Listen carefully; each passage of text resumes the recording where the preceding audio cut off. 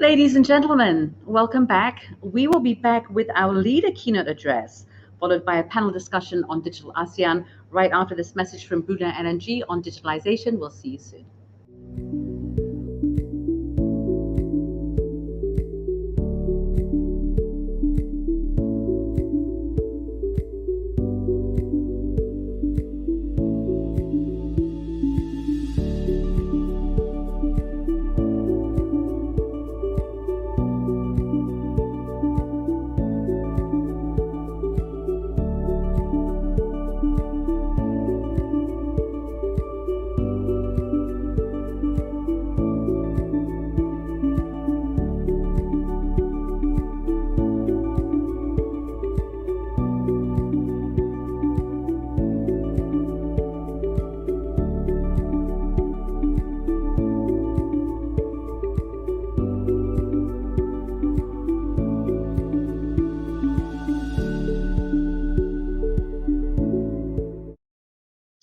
Ladies and gentlemen, to lead us through our next session, it's my pleasure to now invite Mr. Steve Live. Now, Steve is a news anchor, Channel News Asia, CNA. He's coming to us from Singapore. He'll be moderating the session. Steve, welcome. Your parents who are in Brunei are watching you too. No pressure. Over to you, Steve. Yeah, thanks, Jenny. And hi, Mum and Dad. I hope you enjoyed the session as well as all of you as well watching. So thank you once again, Jenny, and thank you all. Over the next hour, let me get you up to speed with what we'll be doing. We'll be hoping to learn as much as we can about advancing ASEAN's digital economy. So what it means, how it can be done, and what challenges and opportunities lie in wait for all of us. Now, to help us do that, the organizers have put together a stellar lineup, as you would have seen, with experience and expertise from both the private and public sector, as well as academia and social media, local, regional, international perspectives. We've got all our bases covered. We've also looking forward to hearing your questions and thoughts on all things digital and ASEAN. So do send them in. You can do that by putting them in the comment section of the side of the screen, and I'll be able to pull those up quite easily. But first, it is with great pleasure that we can get this session underway with our keynote address by the Prime Minister of Malaysia, the Honorable Dato Sri Ismail Sabri bin Yaakob. Assalamualaikum warahmatullahi wabarakatuh and salam keluarga Malaysia. Honorable Dr. Siti Rozai Merianti Haji Abdul Rahman, Chair of ASEAN Business Advisory Council 2021, Ms. Haslina Taib, Chair of ASEAN Business and Investment Summit 2021, Heads of Governments and State of ASEAN, Dialogue Partners, Business and Thought Leaders of ASEAN, Excellencies, distinguished guests, ladies and gentlemen. It is an honor to share my aspiration in steering ASEAN towards sustainable digital future at the ASEAN Business Investment Summit 2021 with you today. This particular topic holds a special importance in the current global economic scenario as governments across the world are working towards building a sustainable digital future.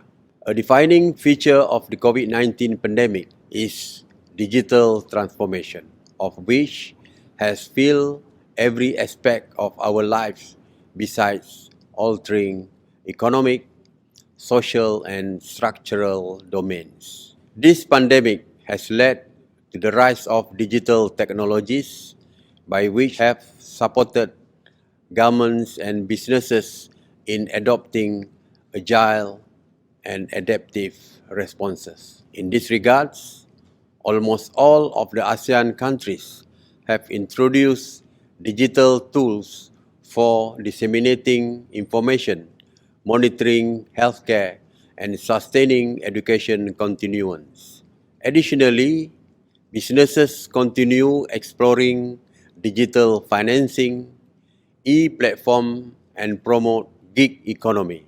This digital economic growth worldwide had been estimated to reach $455 billion by the year 2023.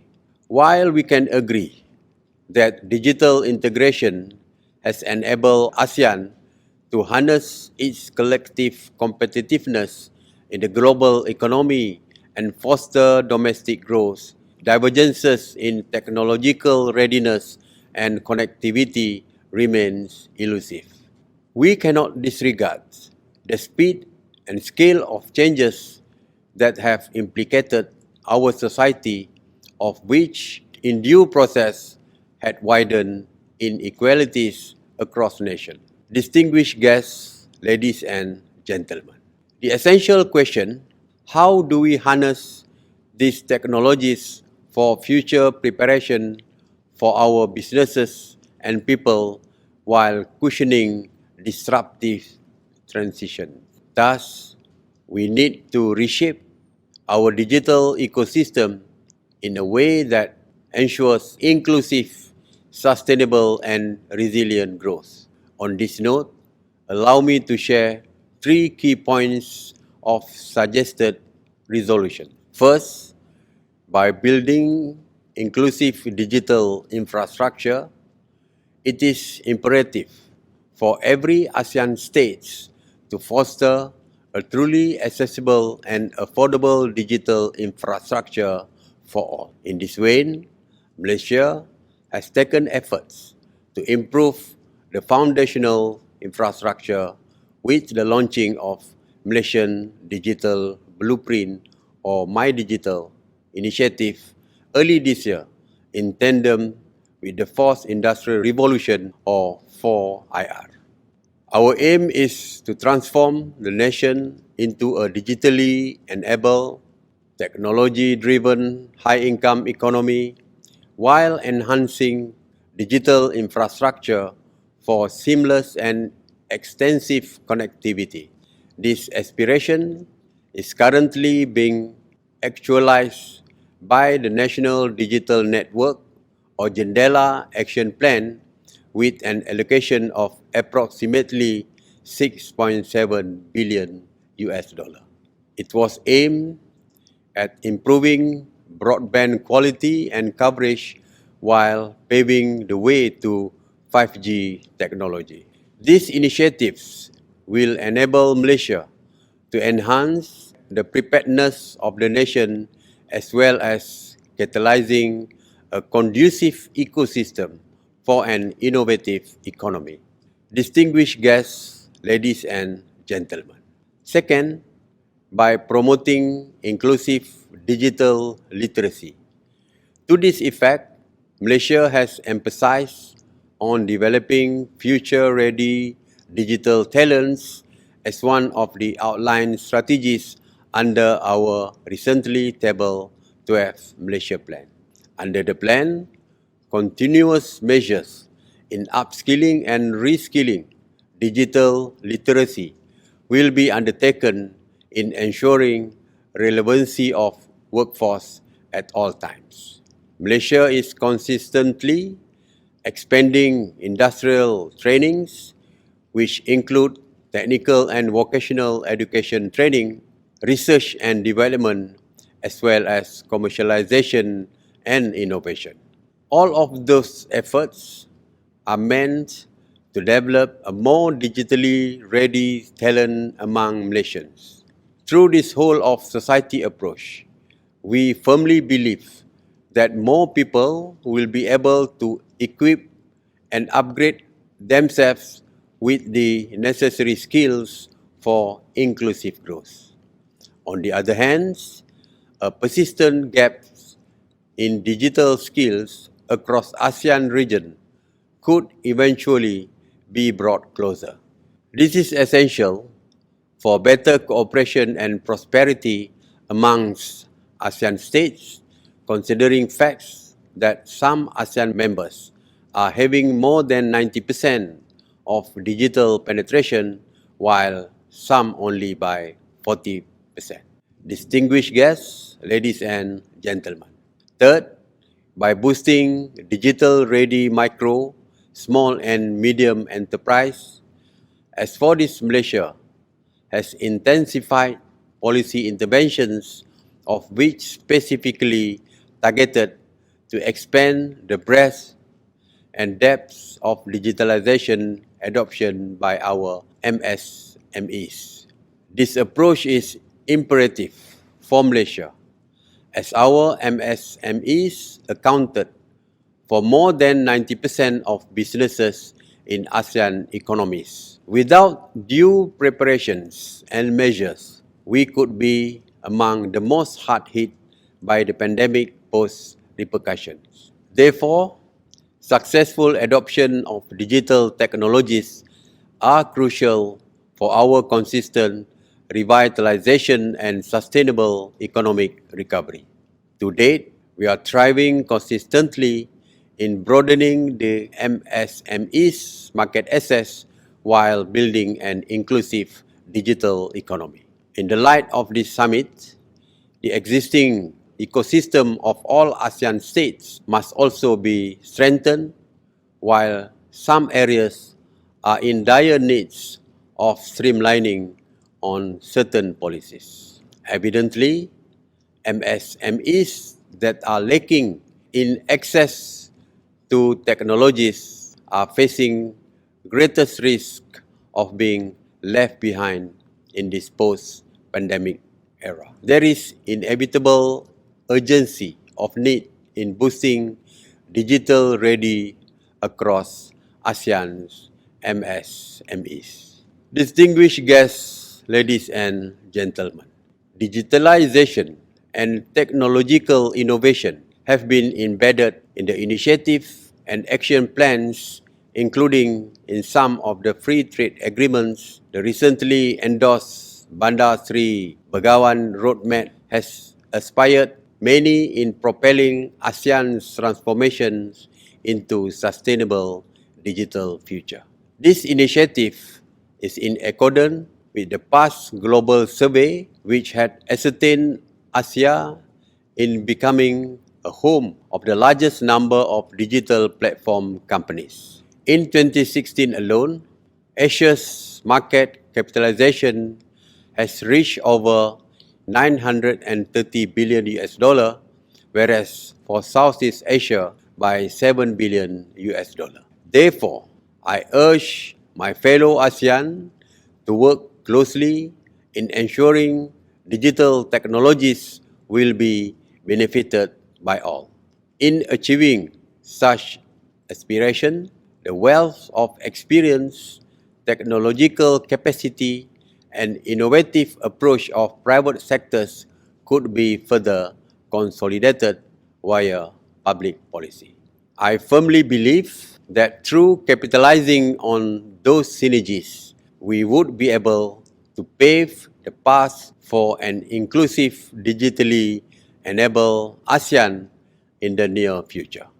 On that note, may we all be having fruitful deliberation in advancing Digital ASEAN Business Investment Summit 2021. Thank you. Thank you very much, Prime Minister, for the address and for helping to set the scene for our Digital ASEAN discussion. Now, the Prime Minister spoke of the digital transformation and the impact the pandemic has had on accelerating the push into agile and adaptive digital technologies, the importance as well of inclusivity as the region emerges from the pandemic's shadow. He spoke about the need to reshape our digital ecosystem in a way that ensures inclusive, sustainable, and resilient growth. To this, the Prime Minister also highlighted 3 areas of focus which we will use to guide our discussion today. Number 1, building inclusive digital infrastructure. 2, promoting inclusive digital literacy, talking about skills, and boosting the digital readiness of small and medium enterprises. I'd like to add a 4th topic as well, because it's a word that has been popping up throughout the Prime Minister's address and actually throughout the whole day of sessions, and that is of inclusivity. Now, before we get into our panel discussions, though, I'd like to quickly introduce our panel. From the company, soon to be formally known as Facebook, we have Benjamin Joe. From the CIBC and former Canadian Minister Navdeep Bains. From SAP Southeast Asia, we have Verena Xiao. From Brunei Gas Carriers, Pangeran Shamahari bin Pangeran Dato Paduka Haji Mustafa. And from the Economic Research Institute for ASEAN and East Asia, we have the President Hidetoshi Nishimura. Thank you all for joining us. I'm going to invite of the panel to give a short introduction of 4 to 5 minutes of what Digital ASEAN means to them. And with that, we'll be able to inform our audience, let them have a feel, if you like, for what is driving our respective speakers' interests, and see what they see in terms of the opportunities and also the challenges for the road ahead.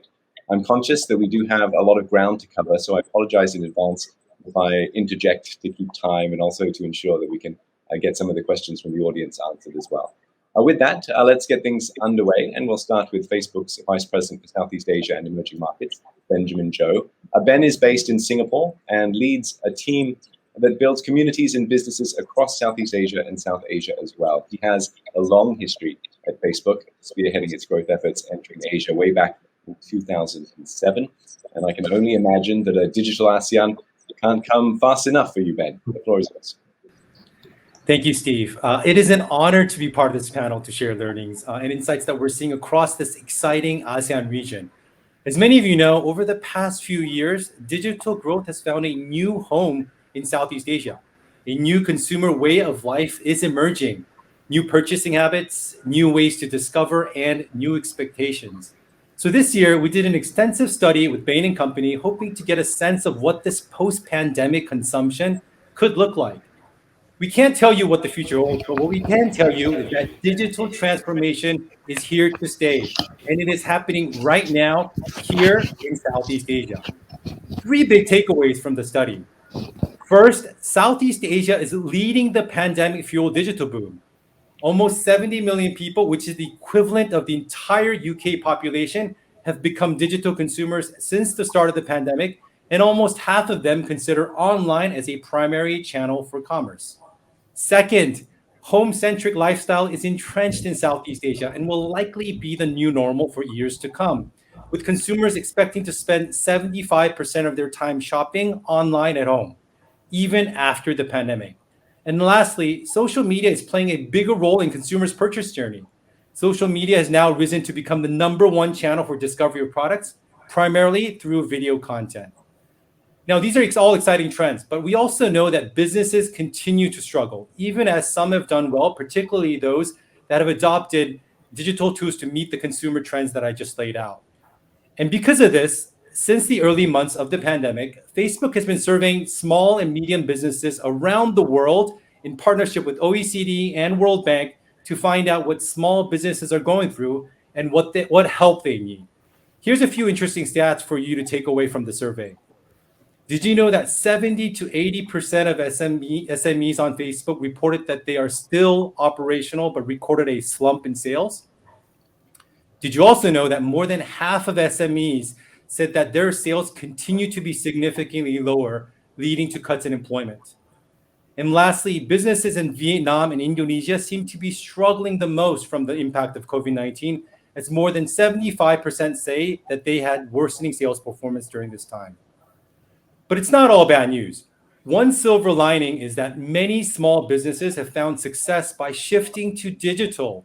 Globally, the use of digital tools has increased during the pandemic, and it's up again in this survey to 88% of all businesses compared to 81% in February. And this is not temporary. More than half expect their use of digital tools to be permanent. As you can imagine, for many, shifting online has been the difference between staying afloat or going under. And for others, it's given them a whole new lease on life. In Asia Pacific, nearly 50% of SMEs on Facebook reported at least 25% or more of their sales were made digital.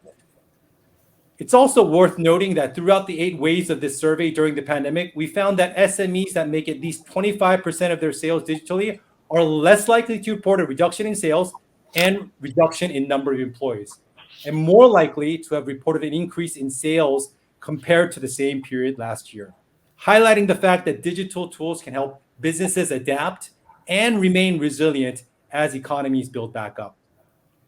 As we all know, SMEs are the backbone of Southeast Asian economies, and that is why Facebook is committed to working with SMEs to empower their growth by helping them transition online.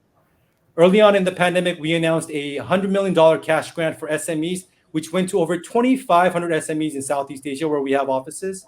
In addition to that, over the last 18 months, we've conducted over 650 virtual editions of our in-person training across Asia Pacific, engaging over 200,000 SMEs and millions more online through our online webinar series.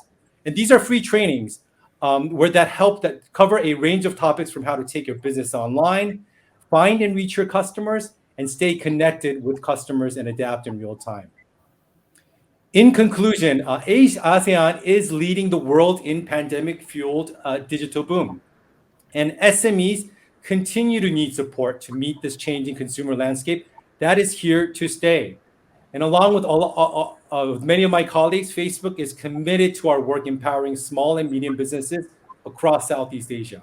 And at the same time, we're excited to explore other ways to support inclusive growth in the ASEAN digital economy with all of you. All right, many thanks for that, Ben. Social media certainly does have a big part to play in ASEAN going forward. Just removing all the barriers to entry for so many businesses is something we'll be talking about a bit later on. Thanks so much for that. Next up, we cross to Ottawa in Canada, where the time is actually 2:51 a.m. A big thank you to Navdeep Bains for being with us today. Navdeep is the Vice Chair, Global Investment Banking at CIBC, and in a former life was Canada's Minister for Innovation, Science and Industry. So he has a wealth of experience, and we are very grateful to have him today, especially with these hours. Navdeep, your first sort of opening gambit, if you like. Well, thank you very much, Steve. I'm actually in the basement. My daughters are sleeping, so hopefully they won't hear me. But I'm delighted to be on this panel with you and to talk about this very important subject matter. I want to pick up on a key element that was made by you, a comment that was made by you and the Prime Minister of Malaysia as well, is around the inclusive nature of developing a digital ecosystem. I think the key component here is that no one should be left behind. And every aspect of our life, we just heard it from Facebook. We shop more online, we learn more online, we do more business online, we create more value online. But there is a clear issue around a digital divide that has emerged over the past number of years. And a stat that stood out for me that reflects the growth opportunity, but also the divide, is the fact that there are 70 million people that have become digital consumers in Southeast Asia during the pandemic. And that's the equivalent of the population of UK. So you're seeing tremendous growth in this area. But in order to succeed going forward, people got to feel like they have an opportunity to fully participate because they're digitally more savvy as consumers. The workforce needs the digital skills, as well as businesses are pivoting very hard in this space. And so a couple of stories that I want to share with you to underscore the importance of an inclusive nature is one. When I was the Minister of Innovation, Science and Industry, we focused on two elements of this issue, which was discussed earlier as well. One was a lifelong learning and looking at digital skills right from a very young age, all the way through middle school, through university and college, mid-career, and focusing on the digital aspect of it, through coding, through digital literacy programs. But the key takeaway was focusing on the young population, our Indigenous population that was being left behind in Canada. And we tailored programs in government to make sure that they had the digital skills and tools to succeed online as well. And I think this is really important because if you look at it from a Southeast Asian perspective, 57% of the population is under the age of 35. And that's very similar to the demographics we have in Canada with our Indigenous population. It's very young and vibrant. So we have this incredible pool of talent that we need to focus in on that has been left in, being kind of fallen through the cracks, so to speak. So I think there's a tremendous opportunity here to engage people in that aspect of it in terms of just constantly promoting lifelong learning when it comes to upgrading their digital skills. The other is looking at infrastructure. Canada is a large geography, and we're using low Earth orbit satellites to really identify those communities, particularly in remote communities where broadband connectivity is not a realistic solution. So there's parts of Southeast Asia, again, that can use this technology in a meaningful way to connect people and deal with that digital divide. And I would say from my current role as a CIBC Vice Chair in Capital Markets and looking at global investment banking, we have a number of tools to help, again, accelerate digital transformation. CIBC is supporting this ecosystem from the beginning. If you look at innovation banking, for example, we're becoming a lender of choice to many small and medium-sized enterprises, particularly the startup ecosystem that needs those capital resources due to some of the financial constraints that were highlighted by Facebook. And so it's important that they have the means to survive through this significant digital transformation. We've also dedicated just recently $450 million for venture capital financing. We're seeing record VC financing in Canada, but also in Southeast Asia as well, $9.5 billion. So how to build on that and create the capital needed for small businesses. And we've been focusing on the life sciences sector as well as the clean tech sector. As we know, one of the key themes for this conference is sustainability. So how do we focus in on those solutions that are looking at sustainability? And I'll discuss a couple of key examples of Canadian companies that would be very helpful in Southeast Asia. So in conclusion, I think if you want to focus on a vibrant digital ecosystem, you got to invest in lifelong learning and digital skills. You have to build the appropriate infrastructure. And as you can see through the bank at CIBC, we've been investing in the capital needs of small and medium-sized businesses, particularly those companies that are becoming more and more digital. All right, many thanks, Navdeep. I'm glad that you mentioned inclusivity. It is something that's been a big theme during today's different summits, and it's something we will be talking about as well. So from Navdeep's basement, we now go to Singapore to hear from the President and Managing Director of SAP Southeast Asia, Verena Xiao. Verena's responsibilities include leading SAP's sustainable growth in Southeast Asia, orchestrating the efforts of more than 4,000 colleagues across the region. And as SAP's bread and butter is developing enterprise software to manage business operations and customer relations, Digital ASEAN, it's an exciting prospect, Serena. Absolutely, Steve. And thank you so much for having me here today. Good afternoon to my fellow esteemed panelists, ladies and gentlemen. So looking back at how far ASEAN has grown over the past 54 years, today our countries, society, and businesses are more diverse, interconnected, and independent than ever before.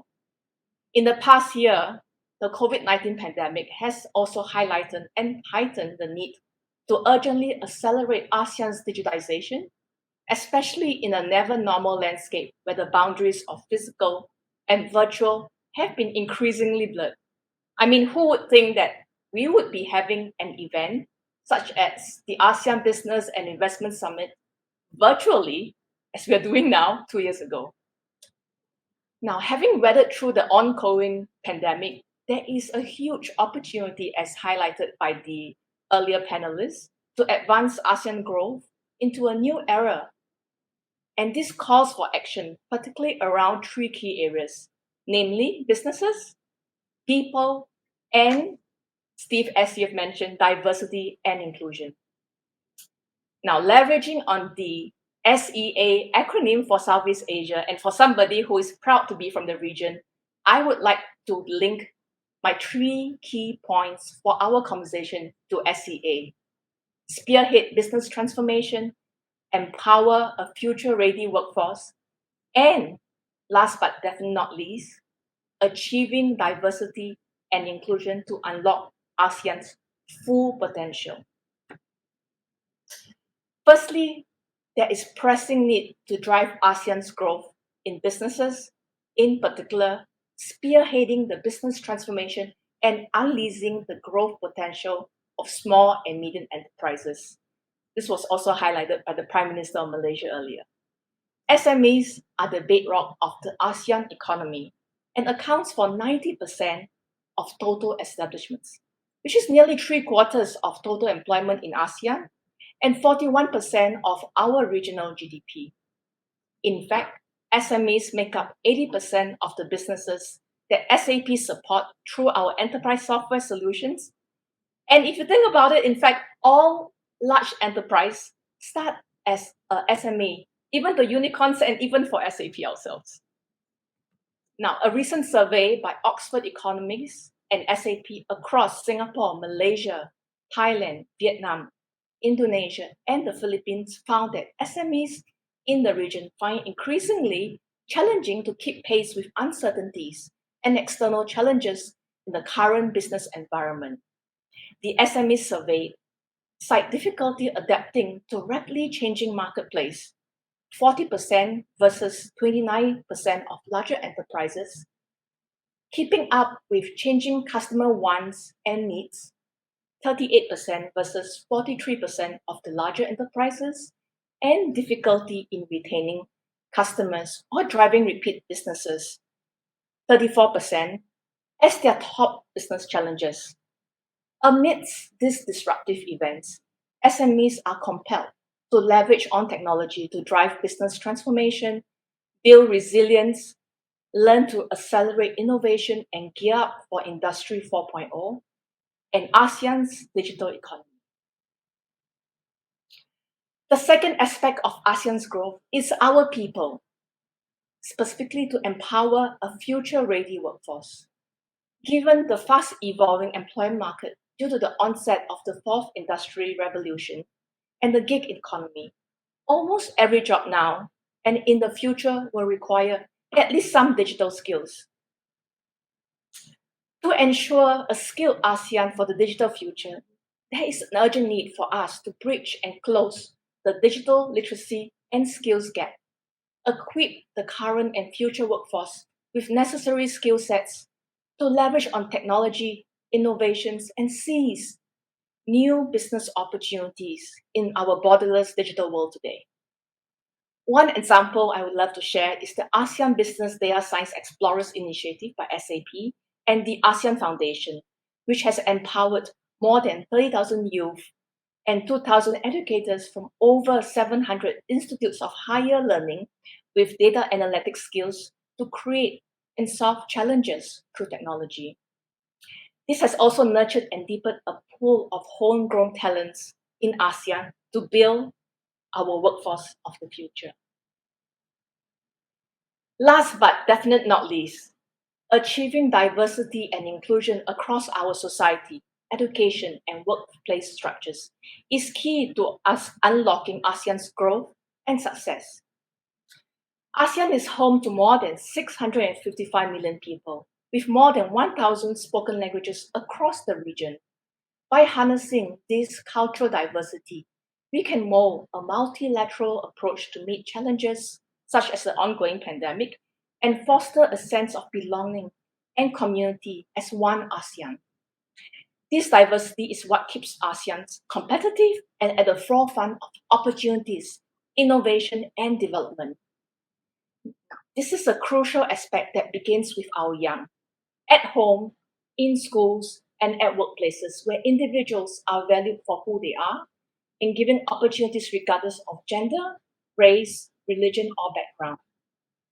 It calls for stronger efforts by public, private, and plural organizations to commit to advocating equality in the society and weeding out biases and discrimination, which can hamper diversity in thinking and in turn compromise critical thinking and economic success.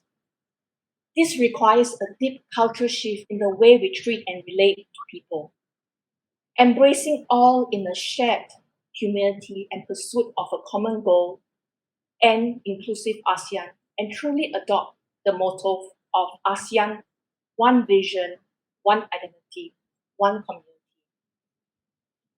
In summary, ASEAN's progress over the past 54 years is a cause for celebration. Yet, our future success is underpinned by our ability to accelerate its digital growth and become more connected, skilled, and inclusive. When our people and businesses succeed, economies will thrive, and addressing these areas will position ASEAN to be ready to seize opportunities of a digital future. Thank you, and back to you, Steve.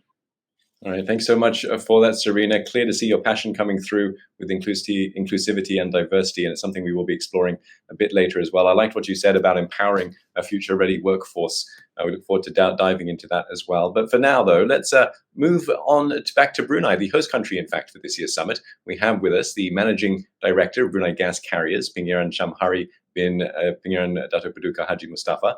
Pangeran Shamhari has 28 years working experience with the public sector, international bodies and industries, and his body of work covers organization transformation, risk management, crisis management, new business development, and commercial deal making. Totally makes sense to have you on our panel today, Pangeran. And as ASEAN and the world looks to move out from the pandemic and get back to business energy supply will be key. It too is going through a digital transformation. Lots of lessons for us here as well. Pengiran Chamhari. All right. Okay. Thank you, Steve. Assalamualaikum and good afternoon, Your Excellencies, fellow panelists, ladies and gentlemen. First of all, on behalf of Brunei Gas Carriers, I would like to thank the organizers and specifically congratulate Yang Berhormat Siti Rozaimi Yanti on her chairmanship of the ASEAN Business Advisory Council, and Haslina Taib, chair of the ASEAN Business and Investment Summit, and for inviting BGC to participate in this interesting dialogue on advancing ASEAN's digital economy. I would like to provide from an industry or business perspective, specifically in the energy and its subsidiary sector. Technological advancement had always played a key role in ensuring business sustainability through increasing productivity and output, reducing our environmental footprint, and transforming the way we work. However, it cannot be denied that technological advancements this century has been exponential, more so in the digital space. And it will continue to evolve at a rapid rate, and businesses need to adapt accordingly. To share, for example, in Brunei Gas Carriers, we recognized early last year, this was pre-COVID, that our top 3 business disruptors was first, the energy transition, second were the shifts that was happening in the LNG market, and third, technological advancements, which includes digitalization and cybersecurity threats. In this regard, I would like to draw upon our own experience in executing our digitalization roadmap and reflect on the potential parallels it may have on the wider ASEAN's digital transformation journey, albeit recognizing the scale are totally different. Obviously, with the onset of the COVID-19 pandemic, it was seen as a business disruptor. However, it was also an accelerator of change, and just like everywhere else, it helped in accelerating the digital shift. Whilst it may have been enforced adoption of new technologies and ways of working, it does bring to the forefront certain parallels where individuals, governments, and businesses need to prepare themselves in adapting to this change. I would like to mention 4 areas where we need to prepare ourselves to adapt to this change. First is business will need to strategically invest in infrastructure and education for the required skill sets and future-ready skills. Secondly, businesses will need to understand how technology and how a digital economy is reshaping their comparative advantage and business sustainability. Third, governments will need to protect citizens from potential disruptions and populations from being disenfranchised or marginalized. And policymakers will need to quickly learn to manage disruptive changes and new technological developments, which is evolving at a rapid rate. A governance framework needs to be in place. So with these measures, the hope is that the challenges of inequality, asymmetry of access and information, inclusiveness, and the human capital loss that's been mentioned by others in trying to digitally connect ASEAN could be addressed. And if I were to relate this back to the company level on infrastructure and training, with the pandemic, our earlier investment in mobile working solutions, digital competency had enabled us to quickly switch to remote working arrangements. However, due to travel restriction and state port requirements, our seafarers become more isolated. So these are our marginalized groups.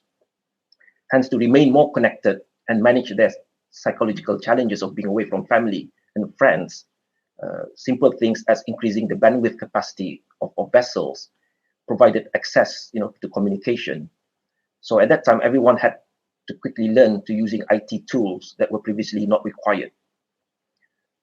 Second, on the business impact, while physically isolated and despite the ongoing challenges, through establishing digital connectivity, we continue to operate reliably with everyone working together towards a common goal of ensuring people's safety and mental well-being.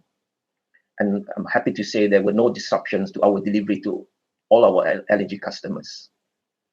And in terms of inclusiveness, the company's acknowledgement of the potential disparity and challenges among staff towards remote working and working from home arrangements. So we introduce more flexibility in terms of the work arrangements and try to address where possible, even specific staff challenges. And the fourth, on governance, we had to amend our business processes and authority manuals to enable remote working arrangements, simple things like recognition of digital signatures, virtual meetings, and inspections. So just drawing on these parallels, I will stop here, and hopefully the parallels I've drawn in terms of our own digitalization journey also applies when we discuss what is required for ASEAN's digital transformation. Thank you. That's all from me for the time being, Steve. Jamhari, and thank you for pointing that out. So we'll move on to our final panelist, President Nishimura.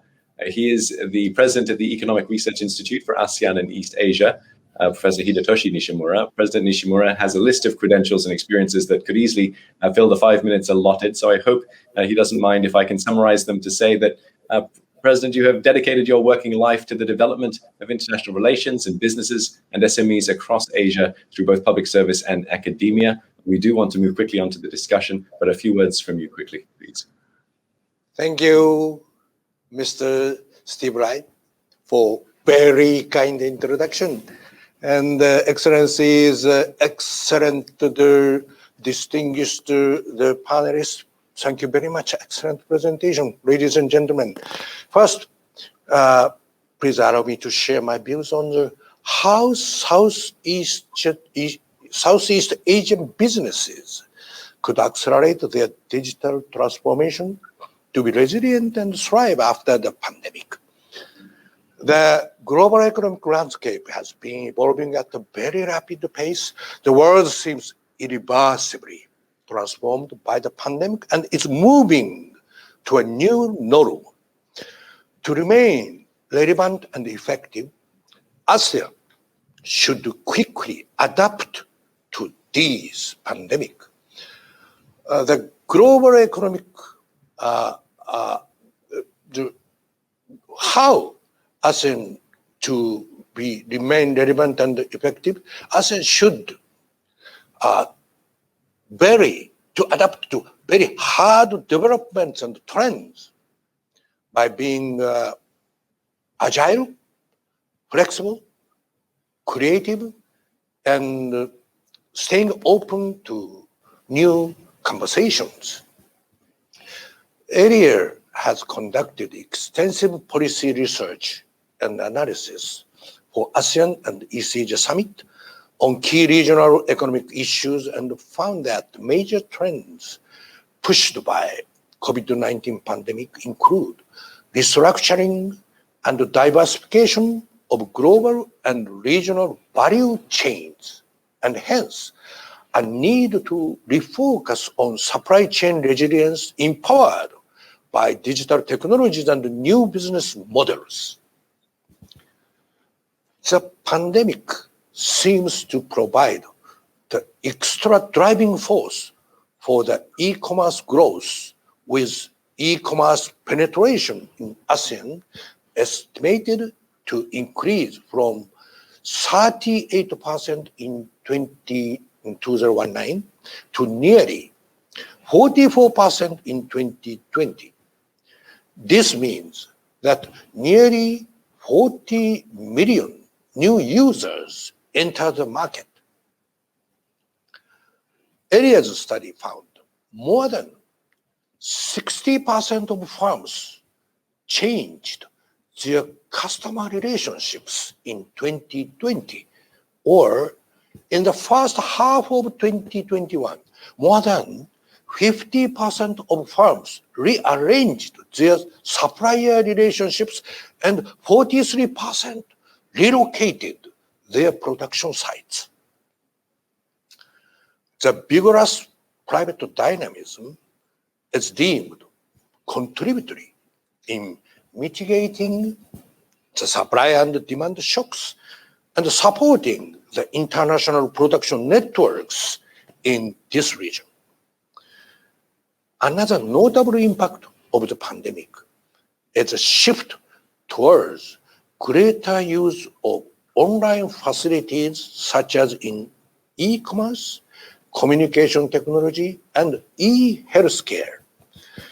The pandemic accelerated the demand for online activities, which encouraged further investment in digital-related businesses, lockdown measures and health concerns motivated many retailers to expand or adopt digital platforms to support marketing and distribution. Nevertheless, our survey had discovered that only 23% of firms chose digitalization measures, and the percentage of micro, small, and medium-sized enterprises, MSME, choosing digitalization measures were even lower due to its resource constraints. The percentage decreased to 19% in the case of firms with less than 20 employees. Therefore, in advancing digital ASEAN, companies should re-strategize their retail strategies by adopting digital technology with reconfiguration of supply chains to increase resilience, increasing the adoption of digital tools and real-time data, and maximizing utilization of e-commerce platforms. This will somehow address the issues for inclusiveness, particularly for MSMEs, narrowing digital divide in terms of gaps and infrastructure, and could contribute towards social dimensions such as ensuring sustainable food supply chain and e-health system. As part of that, ARIA is supporting ASEAN in preparing the ASEAN guidelines on digitalizing food and agriculture sector. In conclusion, to facilitate ASEAN businesses transformation, there has to be a highly coordinated region-wide cooperation in ICT development and digital trade facilitation, supported by the market and business councils. Where this ASEAN businesses could remain resilient and thrive even during this pandemic, and therefore attract more trade and investment in the region. Thank you for your attention. President Nishimura, thank you so much for your opening thoughts this morning. And we will get quickly into our first area of discussion, building inclusive digital infrastructure. We have had questions coming in as well. I've got one from Zoraida who's saying, she says, it's amazing how a global pandemic has actually catalyzed digital transformation and is slowly but surely ensuring we adapt it in for our own sustainability. Thank you for that. With that, we can lead into our first topic, in fact. And I'd like to get the thoughts of Ben from Facebook and Verena from SAP to sort of give us their understanding of the digital landscape, how it's they've seen it evolve and what inclusive digital infrastructure means to them. We'll come to Ben first and then Verena.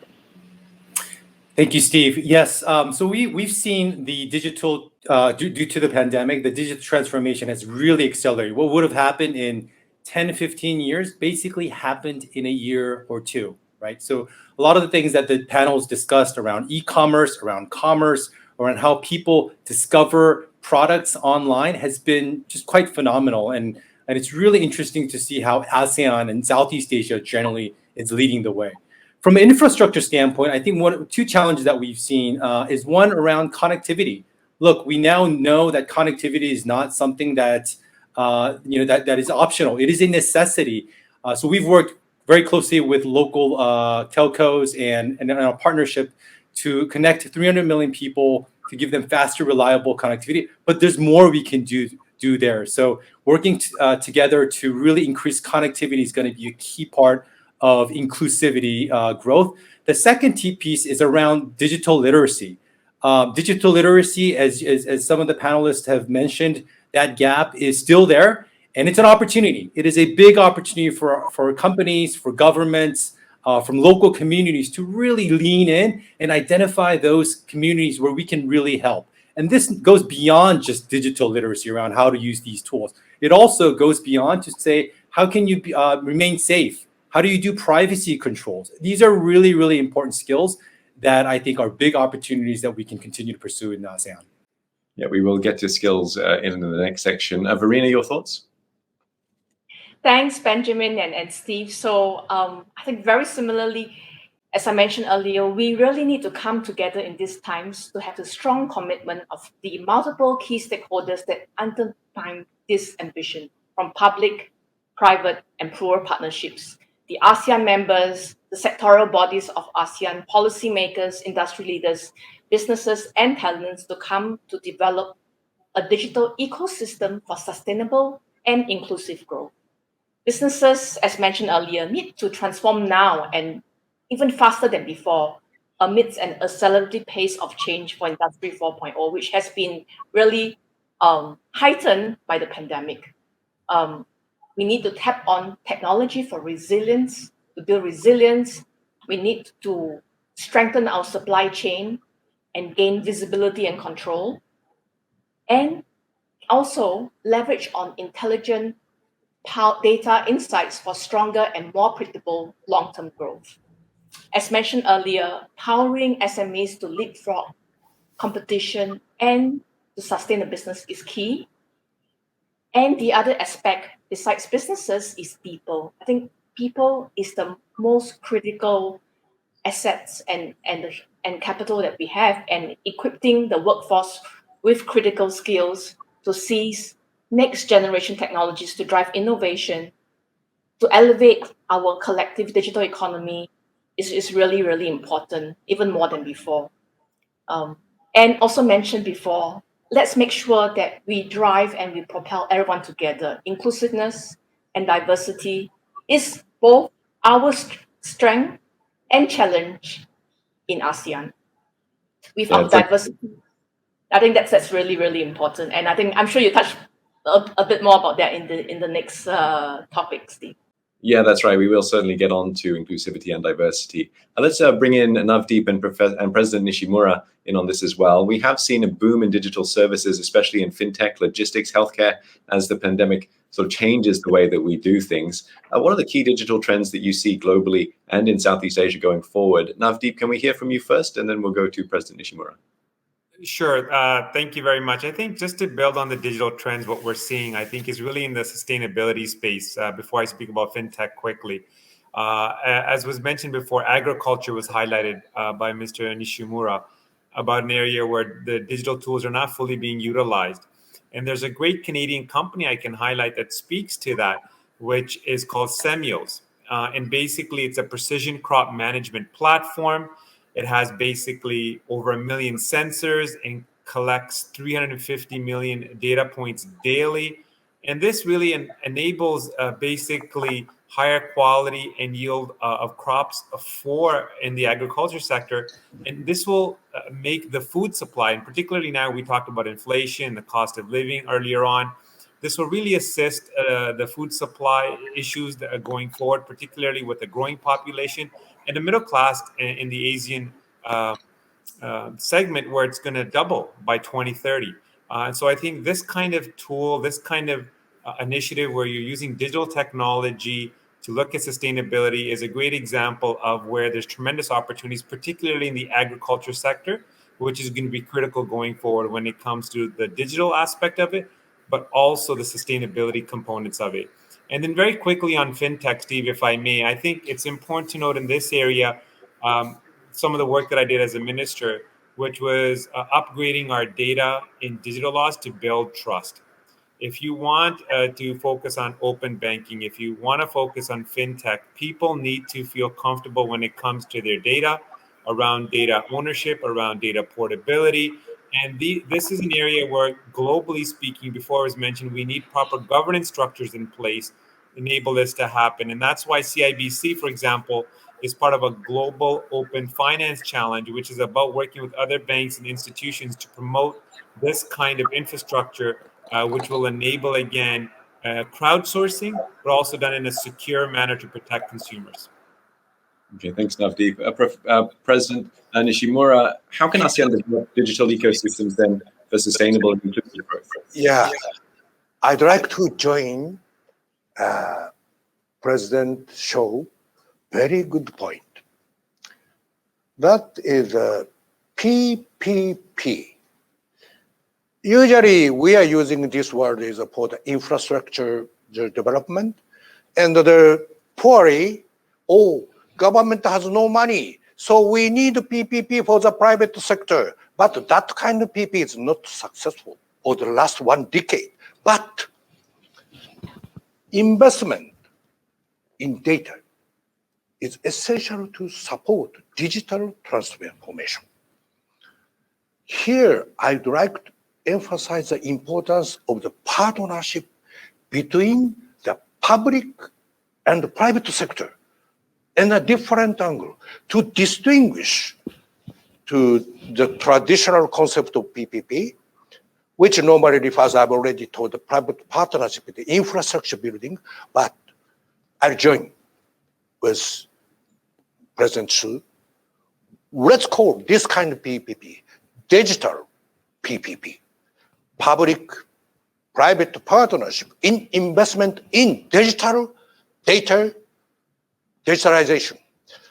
With digital PPP, more data will be available and more people can use data because the public sector has a huge data. How to access that is very, very important to resources to the development for everybody. So as a result, data will be more. If we set the successful digital PPP, the data will be more valuable and attract more investment. Field of online public data and services. Moreover, digital PPP facilitate the communication between the policymakers and the business, especially MSMEs, because important thing is the rule setting must be done, not only for the private sector, surely needs the real wisdom of private sector, not only public sector government. So this will lead to better rule setting to accelerate the digital transformation in Asia. So first, I'd like to stress to join our presentators to the importance of new PPP. Thank you very much. Yeah.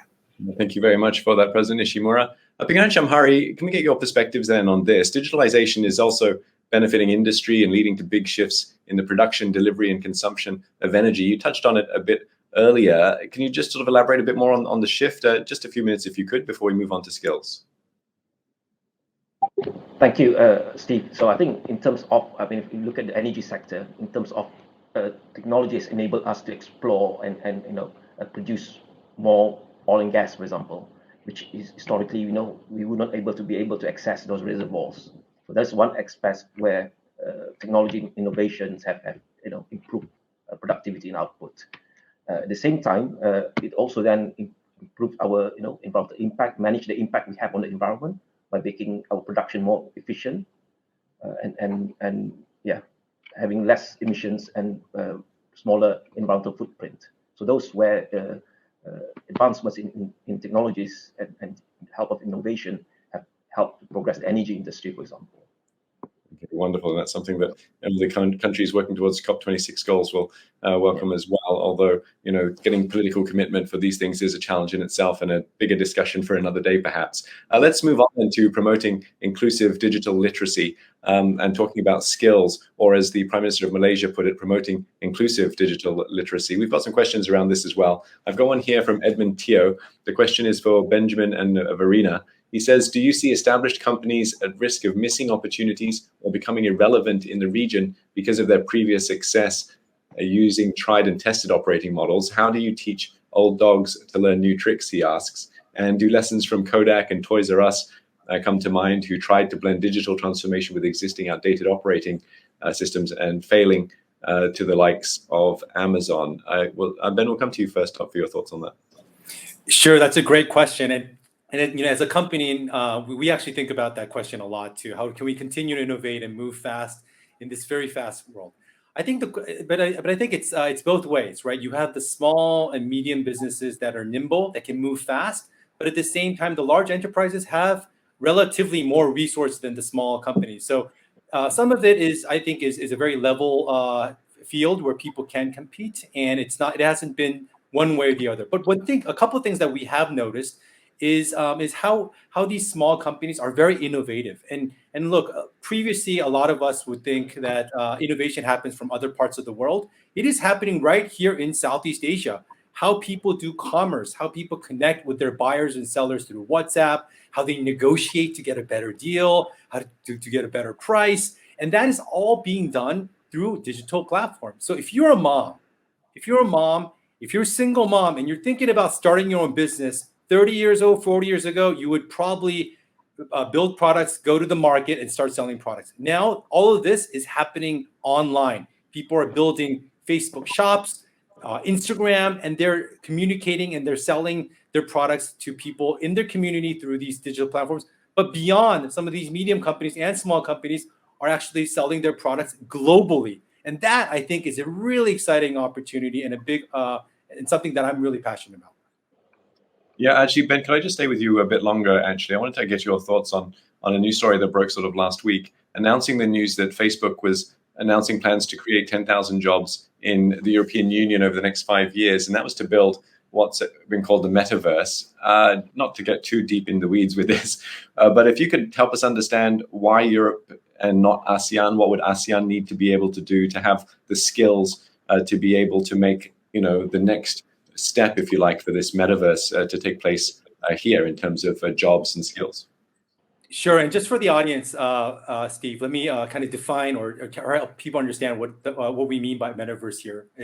So metaverse is kind of a set of digital spaces that includes immersive 3D experiences that are all interconnected, so you can easily move between them. So it basically lets you do things you couldn't do in the physical world with people you can't physically be with. And I know it's a long answer. And my 14-year-old daughter actually asked me this question last week, so I'll give you the answer that I gave to her, which is, look, right now in the mobile internet era, you are looking at screens, you're looking at phones, you're looking at experiences. In the metaverse, you are part of the experience. You are actually in the experience. So this is a really exciting area for that we're going to be pursuing. We're thinking about, our hope is to connect 1 billion people on the metaverse, and it will take many, many partners. Facebook will not be doing this alone.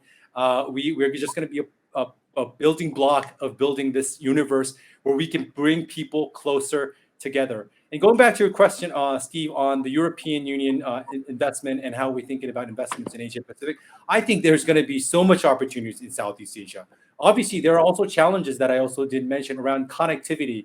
Given if you think about how this infrastructure, how these platforms will work, is going to be based on high reliable connectivity. And I think that's something that we continue to pursue, and I'm really excited about the progress that we make. But it goes back to President Nishimura's point around, look, we need to continue to invest and make sure that we build that foundation and pipeline for the future, because Southeast Asia and ASEAN is geared up right for that. Okay, thanks, Ben. And Verena, you used the words earlier, empowering a future-ready workforce. Just quickly, in a few minutes, if you could just sort of elaborate on that and where you think ASEAN needs to sort of focus to make that happen. Yeah, so empowering the future workforce I will cover in 2 ways. So firstly, we have been working with universities and polytechnics and institutes of higher learning in ASEAN for a long time, even before the pandemic, to really empower the students on developing SAP skills with the curriculum, with access to our solutions. So that has been going for a while, and from what we hear, the demand has been greater than ever, because there is a huge interest from companies, for SAP skills, which we truly appreciate, and it's great to see how they have grown and accelerated over time. Secondly, we are also working with programs like in Singapore here, the skills future with universities, whereby we are reskilling and upskilling mid-life careerists, those who are not from universities but middle of the career, on how they can reskill themselves on digital literacy and gain new skills so that they can think about pivoting to new roles, new job scopes if required now. And I would also like to touch on SMEs, right? So we see how SMEs really in these times, and I'm talking about family-owned businesses, that previously have always ran on just manual systems. They now see the interest and need to really become an intelligent enterprise. And some great examples we have here in Singapore, Jumbo Seafood, they wanted to scale their digitalization plans, and it focuses on delivering exceptional customer dining experiences and bring Singapore's food culture across the world. And with that, they have leverage on SAP, ERP, and retail solutions to set as the foundation and for them to expand their business growth. Using also a very different example in manufacturing, Aspen Glove in Malaysia, a manufacturer of medical grade gloves. And manufacturing, as you may know, has always been rather manual, but now with the pandemic, they have really leveraged on SAP, ERP, cloud solutions to automate production and end-to-end as much as possible. So the demand coming from SMEs has also fueled the requirements and demand for digital skills, which has empowered and create the need for us to work very closely with institutes to create that digital workforce of the future. Yeah, thanks very much, Verena. And talking about SMEs leads us nicely into our next segment as well. I've got a comment here from Fifi Rashande. We need to alleviate aid mentality in ASEAN.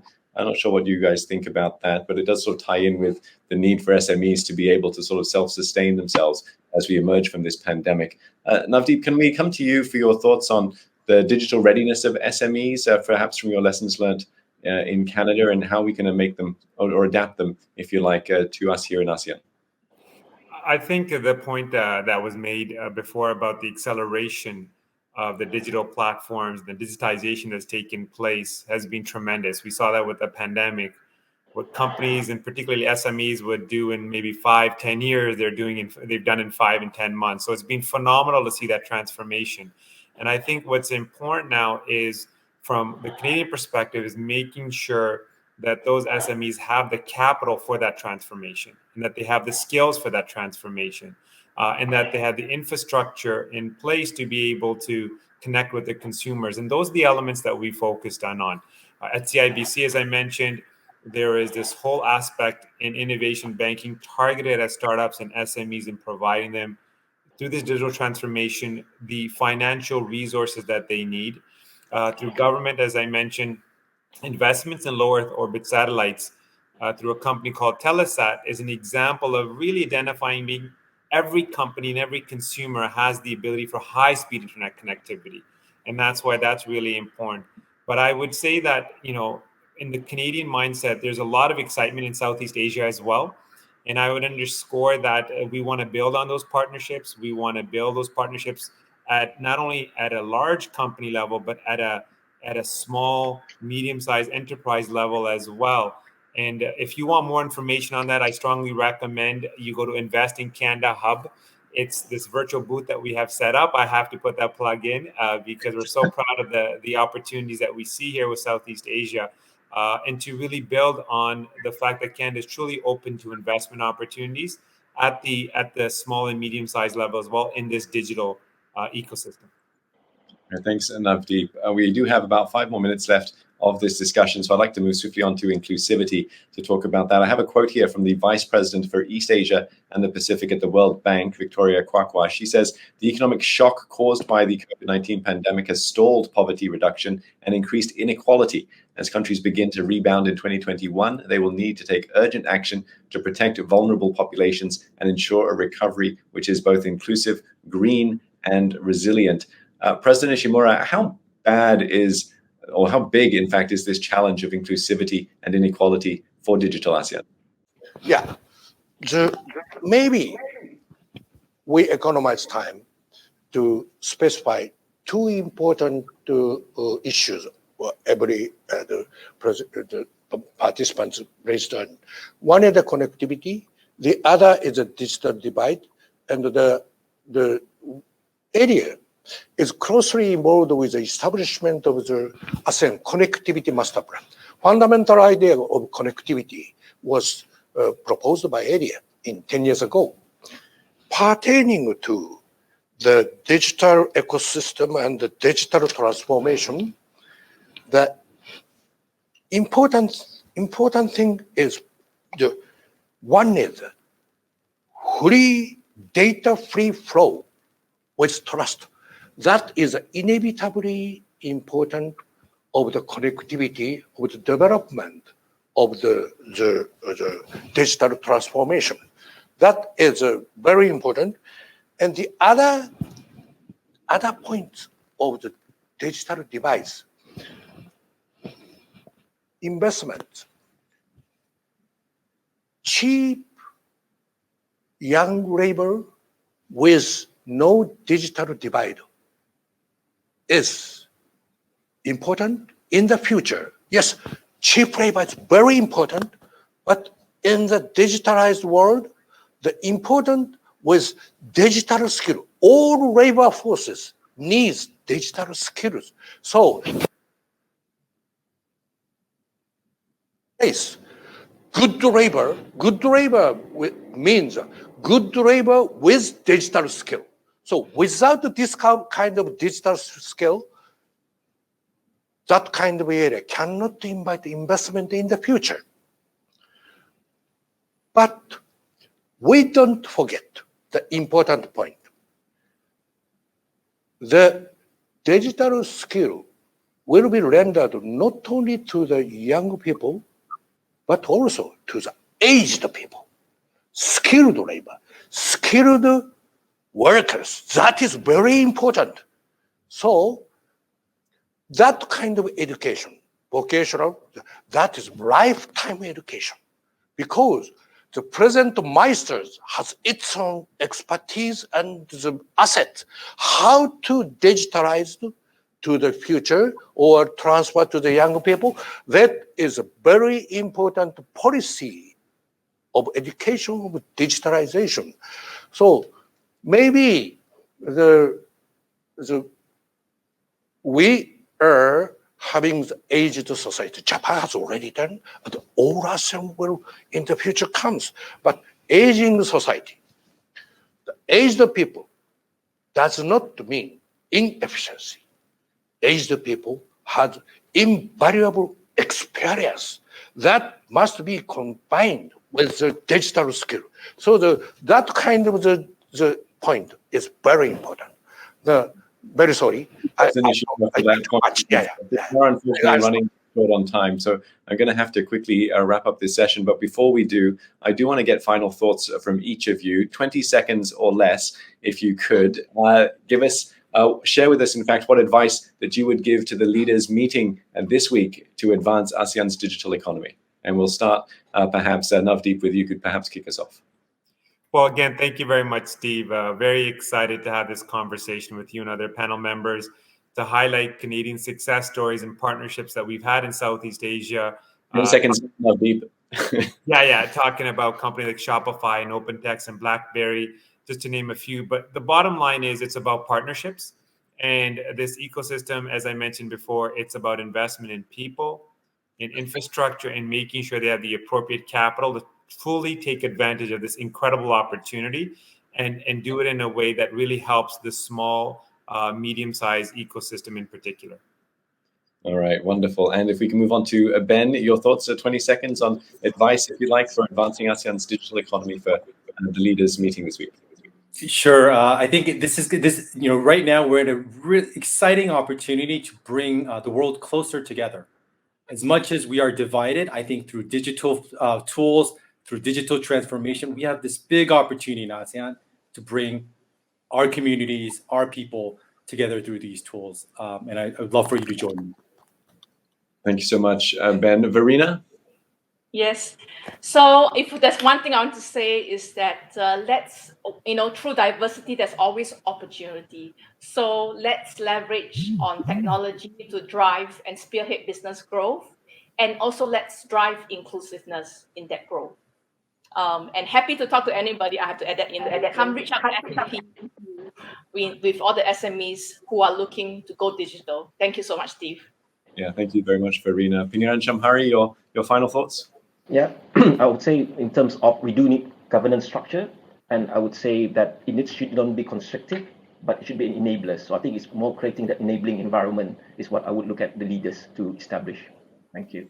Thank you so much. And President Nishimura, if you could Yes, sort of 20 seconds.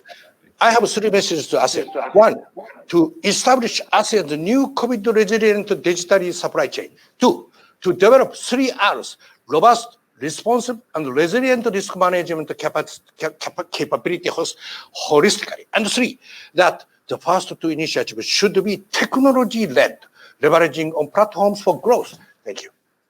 Okay, you hear that, leaders? You've heard it here from President Nishimura himself. Thank you all for joining me in this session. Navdeep, Ben, Verena, Pangeran Shamhari, and President Nishimura. And thank you all for joining us as well, watching out there, and for your questions. We do appreciate them. Apologies we didn't get through all of them, but we have to keep the time moving. I will now pass you back to Jenny for what's next for this year's edition of the ASEAN Business and Investment Summit. And Jenny, I suppose I'll have to call my parents and explain to them what the metaverse is. Yes, Steve, I'll explain to my mum, because she's also watching too. So thank you in advance for that. Thank you, Steve Lyon, you're very spirited panelists. Ladies and gentlemen, we've got about 2 hours left of our ASEAN Business and Investment Summit.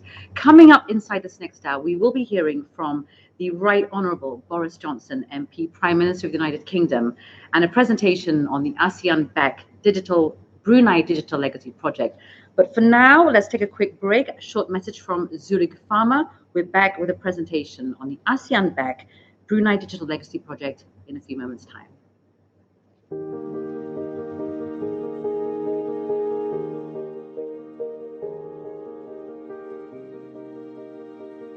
In this diverse region of exciting growth opportunities, a healthcare services business was established almost a century ago.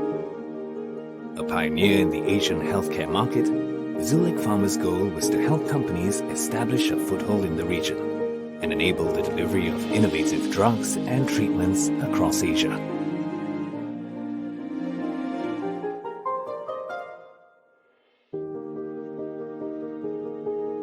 This determination led to the development of cutting-edge healthcare importation and distribution services and made Zulik Pharma the region's leading healthcare services provider that partners with communities, companies, doctors, hospitals, pharmacies, and clinics to make healthcare more accessible. Today, the pioneering spirit of our founders is found in all of our 10,000 people who work with the world's leading healthcare companies to develop and bring pharmaceutical products to Asia. You will see it in our determination to continually develop new standards of distribution quality and efficiency, and in our ongoing investment in cold chain innovation that ensures products reach all parts of Asia in top condition.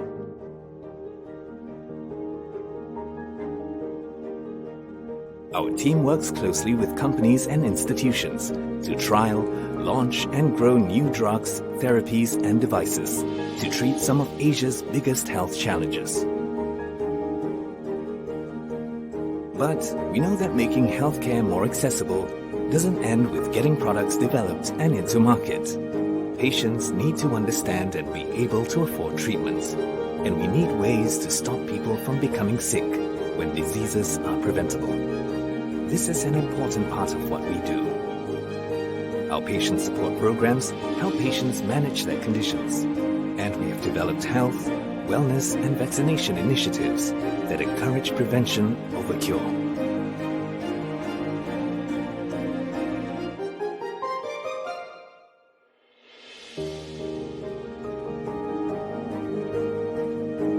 But the healthcare industry doesn't stand still, and like our founders, we are continuing to pioneer into new areas. We will leverage data to better understand gaps in the sector and provide our partners with the insights they need to become more efficient in treating and reaching people across the region.